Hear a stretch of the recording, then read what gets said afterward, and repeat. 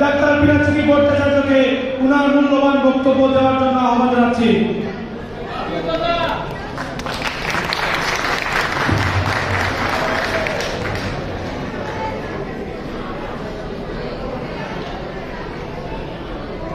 প্রিয় কোপেনহেগেনবাসী, আপনাদের সবাইকে স্বাধীন বাংলাদেশের পক্ষ থেকে বিপ্লবে অভিবাদন এবং শুভেচ্ছা। আমরা বাংলাদেশে একটি বিপ্লবের বিজয় দেখেছি। আমরা অনেকেই একটা সময় হতাশ হয়ে ভেবেছিলাম এই বর্বর শাসন, এই ফ্যাসিস্ট শাসনের সম্ভবত অবসান হবে না আমাদের জীবন দশায়। অথচ সৃষ্টিকর্তার যে অপার করুণা, এই ফ্যাসিস্ট শাসনকে আমরা চরম অপমানিত করে বাংলার মাটি থেকে উৎখাত করে দিয়েছি। ফ্যাসিস্ট হাসিনার প্রভু ভারতকেও আমরা একেবারে উৎখাত করে দিয়েছি। কিভাবে সম্ভব হলো? এই অসম্ভব বিজয় কিভাবে সম্ভব হলো? অনেকে বলেন তারুণ্যের শক্তি। কথা সত্য, তারুণ্যের শক্তি এই বর্বর, এই নির্মম, এই নৃশংস ফ্যাসিস্ট হাসিনাকে পরাজিত করেছে। কিন্তু তারুণ্য এই শক্তি কোথায় থেকে পেল? দীর্ঘদিন থেকে বাংলাদেশের 95% মানুষ শেখ হাসিনার শাসনের বিরুদ্ধে ক্ষুব্ধ, ত্যক্ত, বিরক্ত, বিক্ষুব্ধ। কিন্তু কেন একটা বিদ্রোহ, একটা বিপ্লব সংগঠিত হয়নি? কোন উত্তর আছে? আজকে এখানে আমার অনেক বোন উপস্থিত আছে। আমি আপনাদেরকে বাংলাদেশের তরুণদের একটা গোপন মোটিভেশনের কথা, উদ্দীপনার কথা আপনাদেরকে বলে দিতে চাই। আপনারা সবাই জানেন, আমি যখন ছাত্র ছিলাম 1990, আমার ছাত্র জীবন, মেডিকেল কলেজের জীবন 1985 থেকে 1991, 92 সালে ইন্টার্নশিপ করে তারপরে আমি প্রফেশনে আসি। ওই সময় ছিল আমার পুরো ছাত্র জীবন ছিল আর এক স্বৈরাচার, এরশাদের স্বৈর শাসন। আমি কোন রাজনীতিতে ছিলাম না। আমি তখন ইন্টারমিডিয়েটের ছাত্র, বগুড়া আলিউল হক কলেজে। আজকে আপনারা অনেকে হয়তো আমাকে দেখেন, ভিডিওতে দেখেন, মানুষজনকে উত্তেজিত করে তুলি, বিপ্লবের কথা বলি, লড়াইয়ের কথা বলি, একটা লড়াকু পিনাকি আপনাদের সামনে হয়তো দেখা দেয়। কিন্তু ছাত্র জীবনে ওই সময় ইন্টারমিডিয়েটের পিনাকি একজন অত্যন্ত নম্র, মাথা নিচু করে চলা একটা সাধারণ বালক। এই পিনাকি আজকের পিনাকি হয়ে ওঠার পেছনে কারণটা কি ছিল? খুবই সামান্য একটা কারণ। 1983 সালে সেই সময় সংবাদপত্রের প্রথম পৃষ্ঠায় একটা ছবি ছাপা হয়েছিল। ঢাকা বিশ্ববিদ্যালয়ের কয়েকজন ছাত্রীকে পুলিশ লাঠি দিয়ে পিটাচ্ছে। ওই একটা ছবি আমার জীবনকে পাল্টে দেয়। আমি ওই দিন শপথ নিই, এই সৈন্য শাসক, এই পুলিশ, এই রাষ্ট্র, এর বিরুদ্ধে বিদ্রোহ করে একে পরাজিত করতে হবে, কারণ সে আমার বোনের গায়ে হাত দিয়েছে।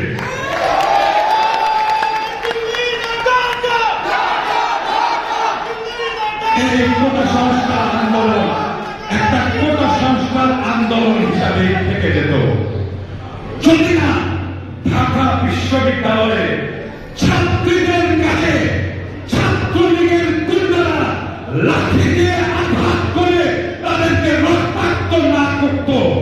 ওই ছবি বাংলাদেশের তারুণ্যের মস্তিষ্কে বুকে আগুন ধরিয়ে দিয়েছে। সেই আগুন হাসিনার পাত্রের হাউস দুর্মার করে দিয়েছে। এখানে বাংলাদেশের তারুণ্যের শক্তি।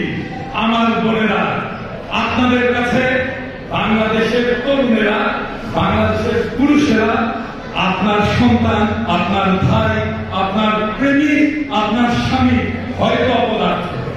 আমি জানি আপনারা অনেকেই মনে করে যে এই লোকটার জন্য আমাদের জীবনে কিছুই হলো না, কিন্তু বলে না, একটা জিনিস মাথায় রাখবেন, বাংলাদেশের তরুণ আপনার অপমান মুখের রক্ত দিয়ে রুখে দিলে পৃথিবীর কোন তরুণ, পৃথিবীর কোন পুরুষ এইটা করবে না। এটাই বাংলাদেশের তারুণ্য। এই তারুণ্যের সঙ্গে শেখ হাসিনা চুরমার হয়ে গেছে।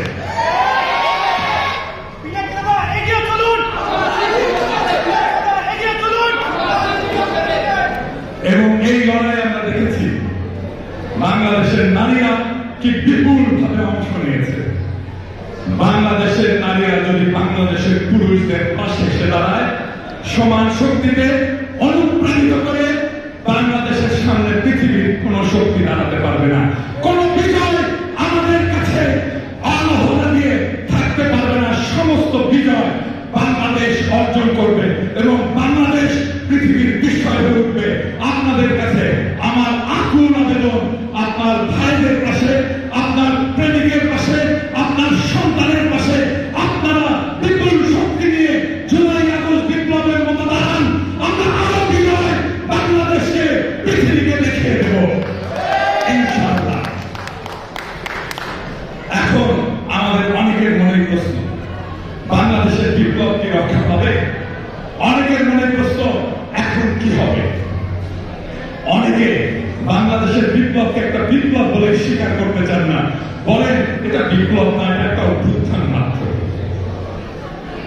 কোন ঘটনা, কোন ঐতিহাসিক রাজনৈতিক ঘটনা বিপ্লব নাকি বিপ্লব না, সেটা নির্ভর করে বিজয় অর্জনের পরে, হাসিনার পলায়নের পরের কয়েক বছর আমরা কিভাবে বাংলাদেশকে গড়ে তুলব, সেটার উপরে নির্ভর করবে এটা বিপ্লব ছিল নাকি ছিল না। আমাদেরকে নতুন রাজনীতি তৈরি করতে হবে, আমাদেরকে নতুন রাজনীতি তৈরি করতে হবে। বাংলাদেশ পুরোপুরি বদলে গেছে। এই বিপ্লবের আকাঙ্ক্ষাকে ধারণ করবে এমন রাজনীতি আমাদেরকে গড়ে তুলতে হবে। কি সেই রাজনীতি? আপনাদের মনে অনেকের প্রশ্ন থাকতে পারে। সেই রাজনীতি খুব সিম্পল, খুব সাধারণ, চারটা রাজনীতি। সেই রাজনীতি আমার রাজনীতি, সেই রাজনীতি আপনার রাজনীতি হয়ে উঠবে। কি কি সেই রাজনীতি?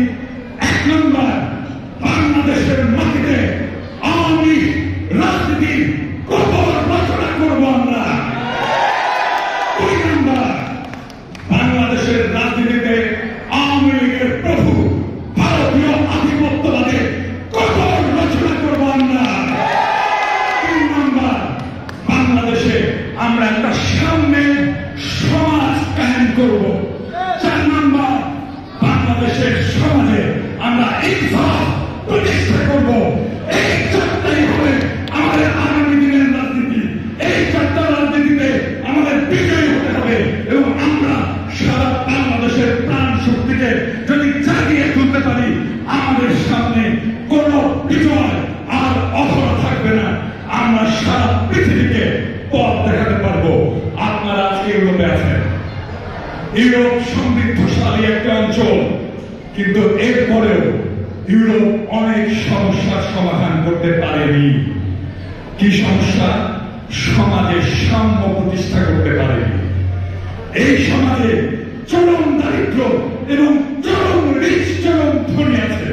বাংলাদেশ এই সমস্যার সমাধান করে দিতে পারবে যদি বাংলাদেশে আমরা একটা সামনের রাষ্ট্র তৈরি করতে পারি, ইনসাফের রাষ্ট্র তৈরি করতে পারি। সেটাই আমাদের আগামী দিনের লড়াই, সেটাই বিপ্লবের বিজয়, সেটাই বিপ্লবের চূড়ান্ত বিজয়। আজকে আপনাদের সামনে কোপেনহেগেনে আজকে বক্তৃতা দিচ্ছি। আমি দেশে ফিরে যাব।